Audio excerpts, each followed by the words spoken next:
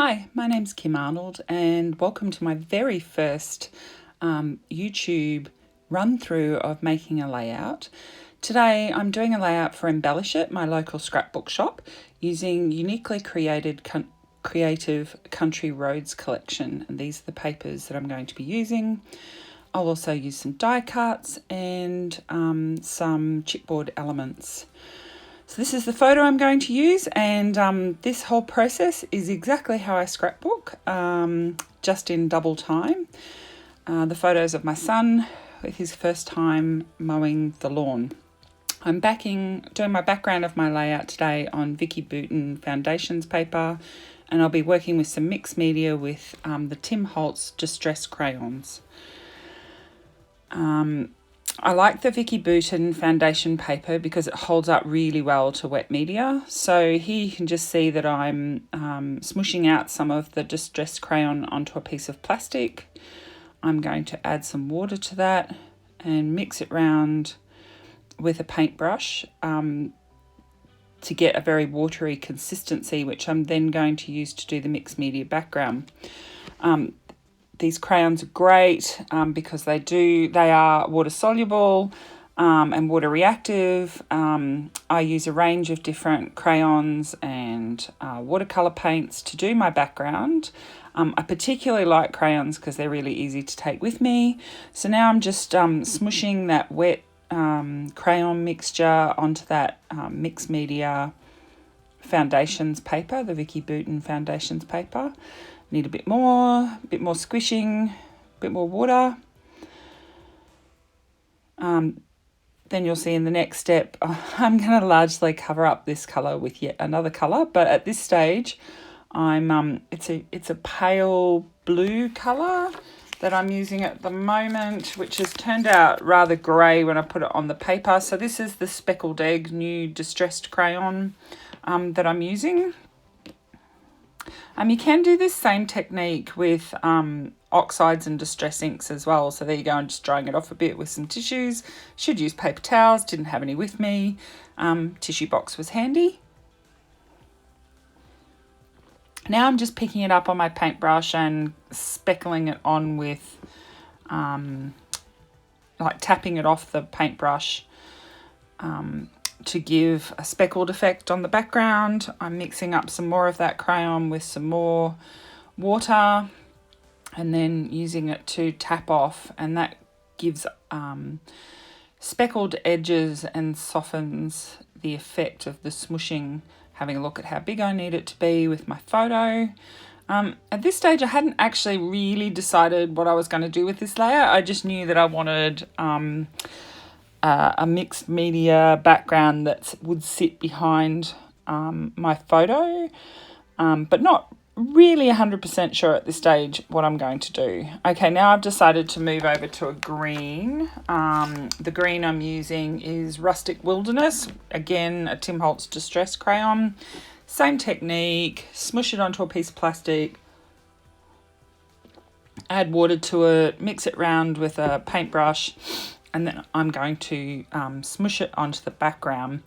So when this is finished, you will see on the finished layout, you can see some of the speckled egg, but more of the Rustic Wilderness because it's a darker colour. So I'm just splotching off some, so I've made it rather watery, and then by holding it upside down, I'm getting some bigger drips, and then I've smushed it down with the plastic, and I'm just tapping off some of the excess because I don't want it too dark with another tissue, and then some speckles by tapping it off my paintbrush again. I'm just taking it out to the edges so that once I do decide what I'm going to do, you can actually see more of it. I often do mixed media and then cover a lot of it up, which is a bad habit, but because I don't tend to do a massive lot of planning with my layouts, this can happen, but that's okay. So yep, I had some little bits of crayon there, so just picking those off so I don't end up with marks that I don't want. And I think I'm pretty well finished now with my mixed media background. I was happy with that. As I said, It's mainly green with just some of the bits of that bluey grey also showing into it, so it works well with the photos. Now I am going to start fussy cutting some elements out of these sheets. I love these sheets. They are just fantastic for being able to cut little bits out of. So I'm picking a whole heap of little elements that I am going to fussy cut out. I might actually just fast forward through this section now because I don't really think you want to see me fussy cutting, but basically I cut a whole heap of elements out that I think might be useful on this layout.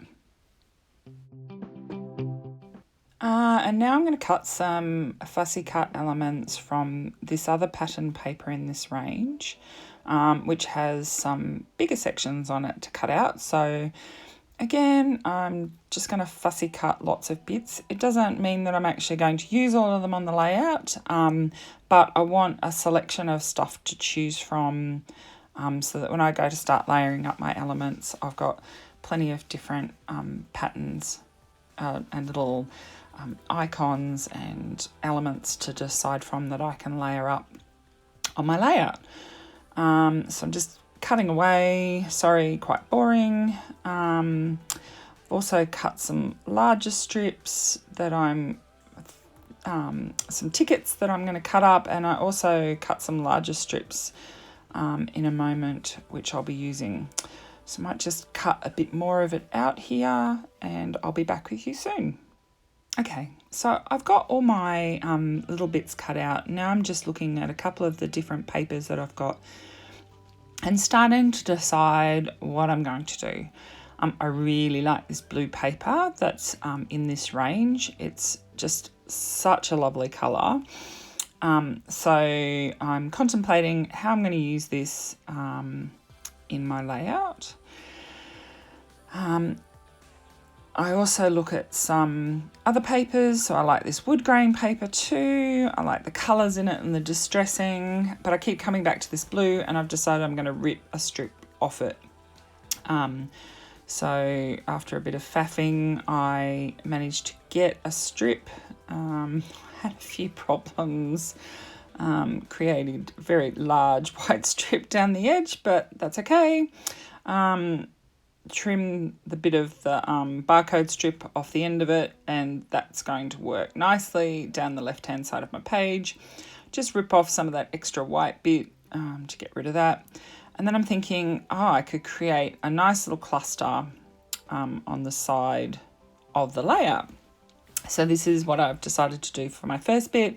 So then I grab just a bit of the fussy cutting that I've done. This is why it's so good to have it all pre-cut.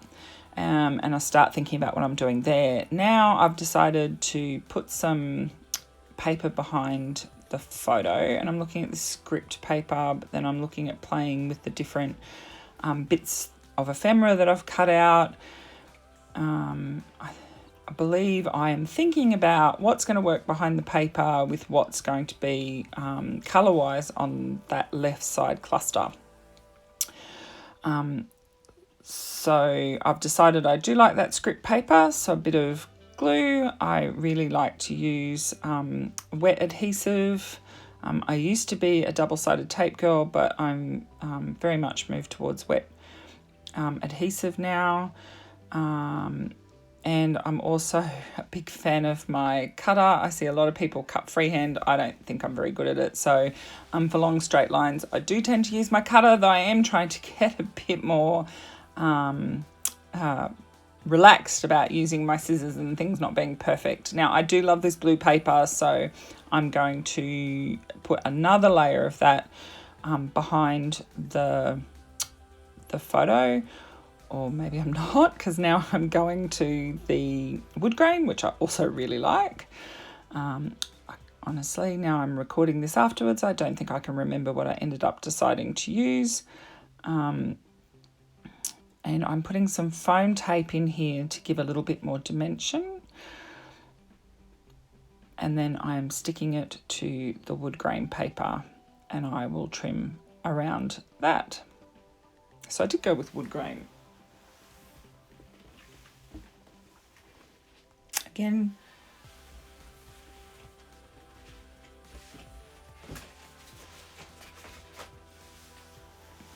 trimming around that photo. Okay, so I'm thinking I'm going to set it off to the side towards that left-hand cluster, and I will fiddle around with placement a bit as I go. And then I want to build another cluster of elements which will give me space for my journaling and my title. So this will just create like a foundation to then create more layers on top of. So I've used some more wood grain. It's a slightly different one to what I used behind the photo, but it's very similar to the element that I cut out that's in the left-hand cluster. So I'm repeating that same element. I mean, the photos are mowing, so they're really rusticy, so the wood grain works perfectly for it. Now I am considering whether I want to use more pattern papers, but I don't think I need more pattern paper. I think what I need to start doing is layering up all of the different elements to create that cluster on the right side. So now you'll see that I'm starting to build, and ironically, no matter how much I cut out of those papers, I did end up cutting another one to use here for that fantastic, fabulous square item that I've added to the right of the photo. I love these wood grain / chipboard elements that were in the pack that you can get in this range. I love the shape of that ampersand. It has nothing to do with the layout, but I just love it, and I am going to include it because I really do just like it that much. Now playing with more items, and I will just put down and move around and play with items. So I've also pulled out, now you can see on the screen, some of the die cut elements that come in a pack. So I've got the stuff that I've cut out myself, plus the die cut pack that comes with this collection.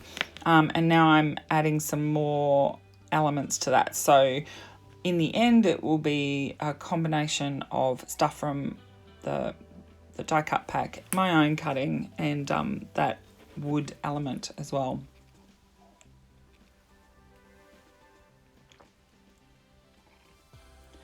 There's no real method to my madness. I just pick stuff I like, things I like. I like circles. I like hearts.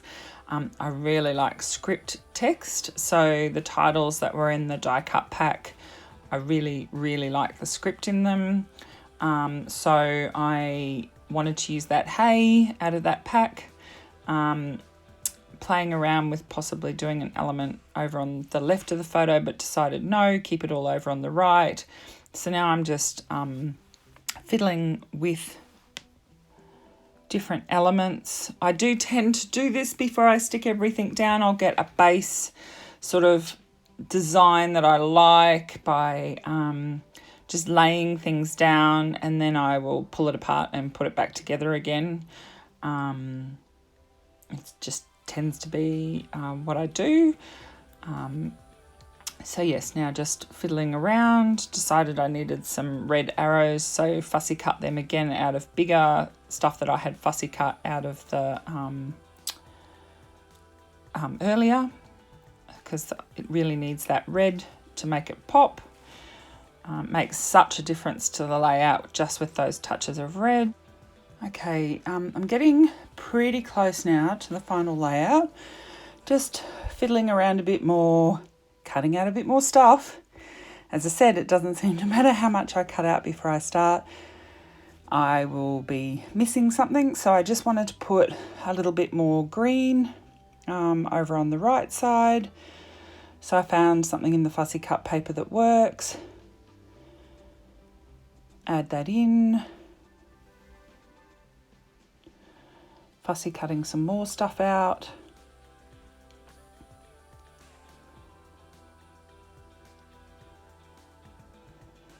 That's the little heart that I want to add.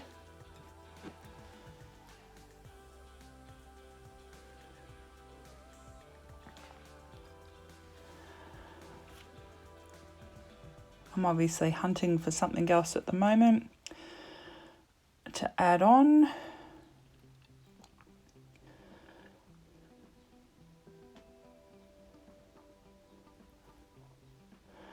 I'm thinking that I want to put another layer beneath, so there's some frames in the die cut pack. So it's really just a matter of adding layers, because that gives interest to your clusters when you've got different layers. And then when you attach it all down, you can also use foam tape. Okay, so I want to move some green over into the left-hand cluster, and now I am starting to get really close. I think I've just got one or two more things to fiddle around with. And then I start sticking stuff down. When I stick down, I use a combination of wet glue and foam tape. So I foam tape up some of the elements in order to give dimension. So I want to put some more blue up. You can see that when you look at the two clusters on the bottom left and then that one to the right of the photo, there's very similar colours across the two. So there's navy blue, there's red, there's the beigey brown colour, and there's some green. And by tying those two in, the colours in, you create continuity in the layout. So now I'm just going to stick everything down. So I will leave you with that for the moment while you watch that, and I'll come back in a moment.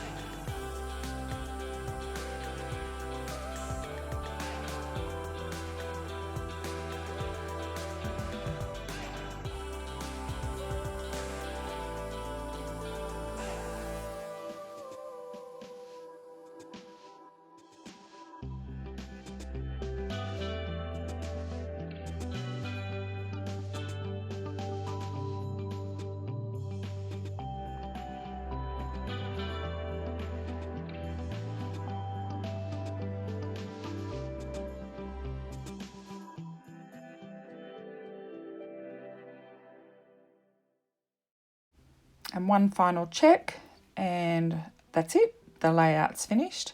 Everything that I've used here today is available from Joe at Embellish It, either online or in-store in Timaru. Thank you so much for joining me today for my very first YouTube process video for scrapbooking. And I hope that you will like this video and subscribe to my YouTube channel, and that I will see you again.